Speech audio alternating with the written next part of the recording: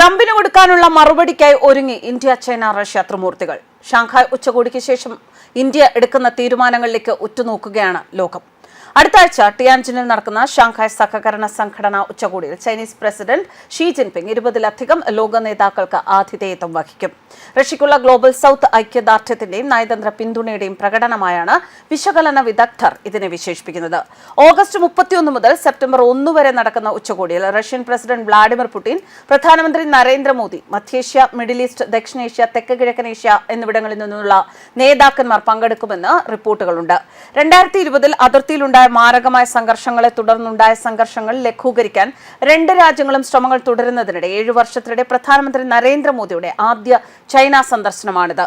ഉക്രൈനിലെ യുദ്ധത്തെ ചൊല്ലി പാശ്ചാത്യ നേതാക്കൾ റഷ്യൻ പ്രസിഡന്റുമായി അകലം പാലിച്ചപ്പോഴും റഷ്യയിലെ ഖസാനിൽ നടന്ന ബ്രിക്സ് ഉച്ചകോടിയിലാണ് പ്രധാനമന്ത്രി നരേന്ദ്രമോദി അവസാനമായി ഷിയും പുടിനുമായി വേദി പങ്കിട്ടത്.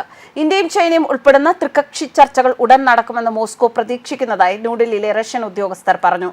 അമേരിക്കയ്ക്ക് ശേഷമുള്ള ഒരു അന്താരാഷ്ട്ര ക്രമം എങ്ങനെയായിരിക്കും എന്ന് പ്രദർശിപ്പിക്കാനുള്ള അവസരമായി ഈ ഉച്ചകോടിയെ ഷീ ഉപയോഗിക്കാൻ ആഗ്രഹിക്കുന്നു. ജനുവരി മുതൽ ചൈന, ഇറാൻ, റഷ്യ, ഇപ്പോൾ ഇന്ത്യ എന്നിവയെ നേരിടാൻ വൈറ്റ് ഹൌസ് നടത്തിയ എല്ലാ ശ്രമങ്ങളും ഉദ്ദേശിച്ച ഫലം ഉണ്ടാക്കിയിട്ടില്ല. ദി ചൈന ഗ്ലോബൽ സൗത്ത് പ്രോജക്ടിന്റെ എഡിറ്റർ ഇൻ ചീഫ് എറിക് ഒലാൻഡർ പറഞ്ഞതാണ് ഈ വിവരം. ഡൊണാൾഡ് ട്രംപിനെ ബ്രിക്സ് എത്രമാത്രം അസ്വസ്ഥമാക്കി എന്ന് ആലോചിക്കുക. ഈ ഗ്രൂപ്പുകൾ രൂപകൽപ്പന ചെയ്തിരിക്കുന്നത് അതിനായിട്ടാണ്. 2001-ൽ SCO സ്ഥാപിതമായതിനു ശേഷമുള്ള ഏറ്റവും വലിയ ഉച്ചകോടിയായിരിക്കും ഇത് എന്ന് ചൈനീസ് ഉദ്യോഗസ്ഥർ പറയുന്നു. ഈ കൂട്ടായ്മയെ ഒരു പുതിയ തരം അന്താരാഷ്ട്ര ബന്ധങ്ങൾ കെട്ടിപ്പടുക്കുന്നതിൽ ഒരു പ്രധാന ശക്തിയെന്ന് വിശേഷിപ്പിച്ചു. സുരക്ഷയിൽ ശ്രദ്ധ കേന്ദ്രീകരിക്കുന്നതിനായി 6 യൂറേഷ്യൻ രാജ്യങ്ങൾ ചേർന്ന് ആദ്യം രൂപീകരിച്ച SCO പിന്നീട് 10 സ്ഥിരാംഗങ്ങളിലേക്കും 16 സംഭാഷണ നിരീക്ഷക രാജ്യങ്ങളിലേക്കും വികസിക്കുകയായിരുന്നു. സാമ്പത്തിക സൈനിക സഹകരണത്തിലേക്ക് അതിന്റെ അജണ്ട വ്യാപിപ്പിച്ചു. എന്നിരുന്നാലും ഈ കൂട്ടായ്മയുടെ ഫലങ്ങൾ പലപ്പോഴും പരിമിതമാണ് എന്നാണ് വിശകലന വിദഗ്ധരുടെ അഭിപ്രായം.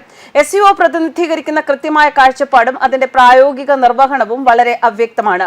വർദ്ധിച്ചുവരുന്ന കൺവീനിംഗ് പവറുള്ള ഒരു പ്ലാറ്റ്ഫോമാണിത്. അംഗങ്ങൾക്കിടയിൽ, പ്രത്യേകിച്ച് ഇന്ത്യയും പാകിസ്ഥാനും തമ്മിൽ സംഘർഷങ്ങൾ നിലനിൽക്കുന്നു.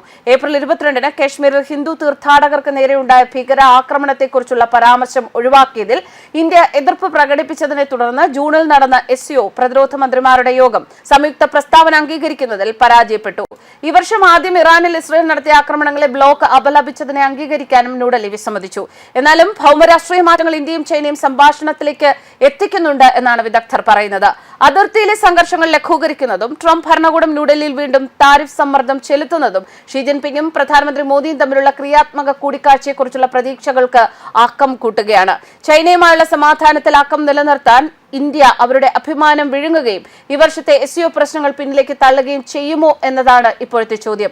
നരേന്ദ്രമോദിയുടെ പ്രധാന മുൻഗണന ഇതുതന്നെയാണെന്നും രാഷ്ട്രീയ വിശകലന വിദഗ്ധർ വിലയിരുത്തുന്നുണ്ട്. വ്യാപാരം, കണക്ടിവിറ്റി, പരമാധികാരത്തിനും പ്രാദേശിക സമഗ്രതയ്ക്കും വേണ്ടിയുള്ള ബഹുമാനം എന്നിവയാണ് SCOയിൽ ഇന്ത്യയുടെ മുൻഗണനകളിൽ ഉൾപ്പെടുന്നത് എന്ന് വിദേശകാര്യ മന്ത്രാലയ ഉദ്യോഗസ്ഥൻ പറഞ്ഞു. സൈനിക പിൻവലിക്കൽ, വ്യാപാര സൗകര്യം, വിസ ലഘൂകരണം, കാലാവസ്ഥാ സഹകരണം, ജനങ്ങൾ തമ്മിലുള്ള ഇടപെടൽ എന്നിവയെക്കുറിച്ചുള്ള പ്രഖ്യാപനങ്ങൾക്കൊപ്പം പ്രധാനമന്ത്രി മോദി ഉഭയകക്ഷി യോഗങ്ങൾ നടത്തുമെന്നും പ്രതീക്ഷിക്കുന്നു.